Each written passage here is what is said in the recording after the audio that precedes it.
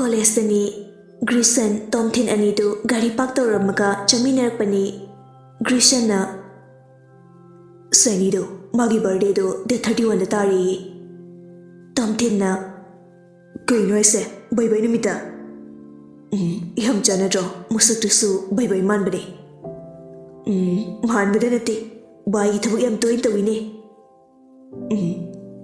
Nangsuko Nupani kaina Eska Hanjinaidubu Namai Digaidro Madam Levini Toisi Odunang Ainupim to Bidiatre Korea Baduna Bye bye numiki birthday party to the Puto with Piemta Nanga Pediatreba Kainada I will be Shaba Hibadona Sono City I Nadi Nangatina Benupita the Siloba I Nupido Kuireba Bye bye numituki party Chamina Baktani Langin Hoi or CIA Tom Tin Mamita Loktolaga Kuriba Langin Natasai Ometa Ifungo Nangango City Go Soisha Mangakta Natim Jadi Pogiduna I Nisi Yari Kokto Kanado Manantoro Natugi Badi Chapadabu Kuri Nunimasibo Oh, itu sabi to gine body chapada punaba itu sa to amta chiu haiba lore aying gine haiba kui nu masibo oi kiru ma haisibo nang da se phagi to wi matam leiti ko Tom Thin Grison da haibe ing laga nangbu nasak yam phajena thagachita ha phajaba nu pa se nupi phangdrabo oh yare phangdremta chiu haiba Oise, I hold in hangaki, me mother. Nang Amawerde, Etia de Natro. Oi, 50-50 diadico. 50-50 in a lace gidrebo. Odorin, a hanky, Nupi mother. Oduga, Yaya dedo, Maron hierarchy. Odosini, Nasilon invite only heavenly. Nang Budi Soyan Torni. Invitation Kato, Hek Pirupagane, Corileo Hino Langsilo. Corino dear, Oduang the Voaro. I say, Hondango. Yari Richelo, I class to everything nurse. Naturally, I know the Chelani. Funny. See, had a Grison so, my department lom the chakri. I took a Tom Tin so, my department lom de la A. Tom Tin lakpa uwada, signy, prep changsilaga. Tom Tin, say. I say, Haraga, invitation card to be. Haini, say the Laoko, Nisai Puragalao. Tom Thin su Nokfetona Oi Pari I see people like Panawana, Coles Lapani. I check her gate. So be a rico. I inhabit Nake Nogala Oba. Oi I see her a sign to check Tom Thin much in a murmur soli. Matugi Miduna, the PTB I said, Maram Ladana Matanta no me no mitawi. Wagi kokse ay kian kita tida.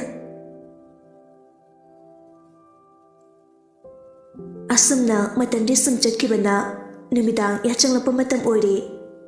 Tom Thin magi phone de lok thok laga ningthi de call tok sili.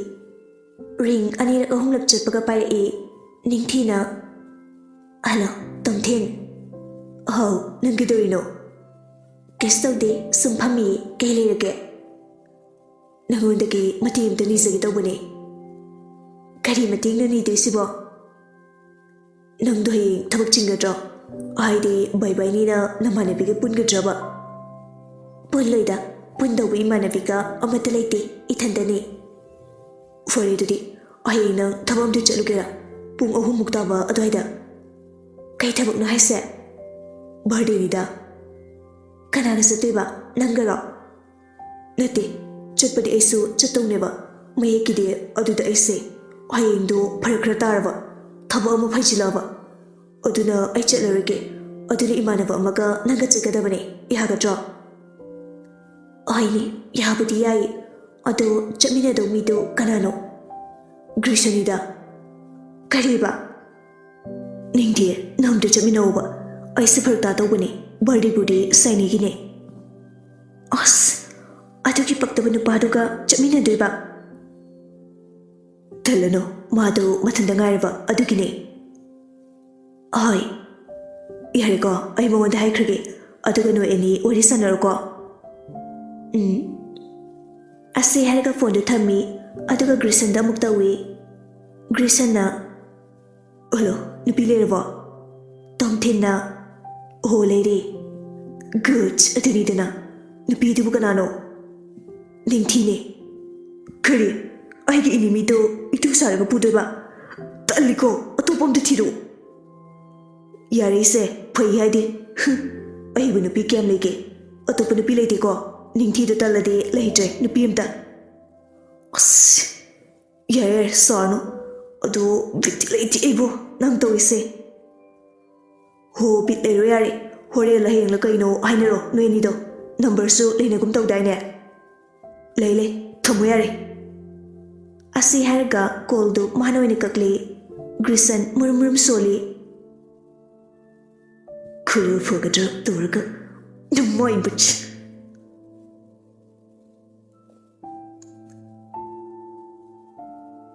Asum taudana nimitu sohokri. Nungthilki pung ani tarapa dwaida.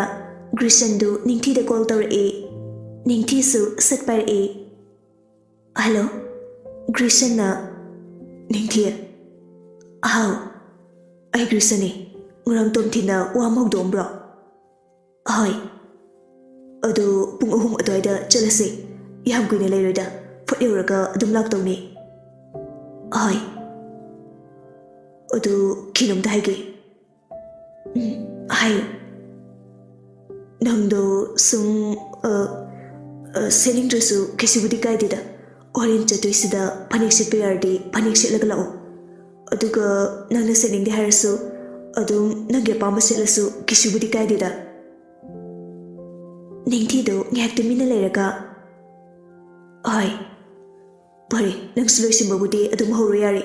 Oren ay yumdagi tholam daida phone dorake. Ay. Grison do call kakkibaga ningthi wakhalda. Kaino sibo. Karamba Grison ga oisano. Yam gandaine nasidi. Ngaka mukhalaga hai e. Mamang dasu sainigi mamang dasu. Amuk budi takrabani. As. Khangdi da dawise. Asum na ngak leiraba matung. Grison dress loi simbalorega thola e. Machanapa na masana na tholokpadu ubada leima momonok chatorabra oima tom thingge chatoiro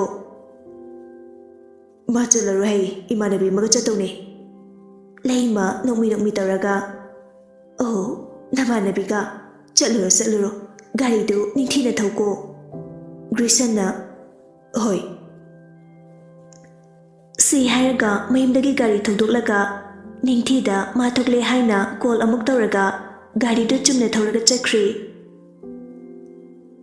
ngaki matu ningthi ogi geta gari do khamlari ningthi da ma yore haiduna call amuk tawraga haikri ngakle raka ningthi su thole e ningthi na phanek oina selaga tholokpadu ubada Grison nokfe tawjei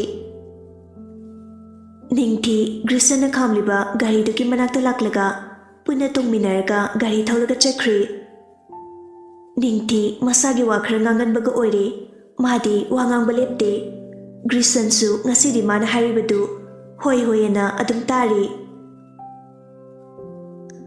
asumna wari sasar thorpana bajai roppada gari do khamlari Grison na pudum de lokasi hoi Ase harga anido gari daki kumtharapani Grison ningthi da onsilaga mahangda chumdring chalo hoi anido tunga manga chumdring chatpani aduga khara chatlaba matung dukal amada changlaga pek ningthina tawraba box ama puraga gari manakta amu ningthina mang thanglaga Grison na tung thanglaga lakpani gari khamliba manak yorakpada Grison do ningthi ki manakta prap changsilaga nang phani to kinom dori ningthi na kaidorage haise Grison na mangaktuna sign dawi ningthi karina haiduna leithoklaga yengi ningthi suktoklaga sinang ngasai na udro Dukandagi si lorga tholokpadagi urupani. Kamaina tawdiba sidi? Asi haraga peri peri tawraga gari du thong hangdoklaga changlaga phamlaga leithokre. Grisanchu gari da changlaaga phamlaga gari du thauge tawi. Ningthi peri peri tawraga. Kamai tawdino? Ai per laksle.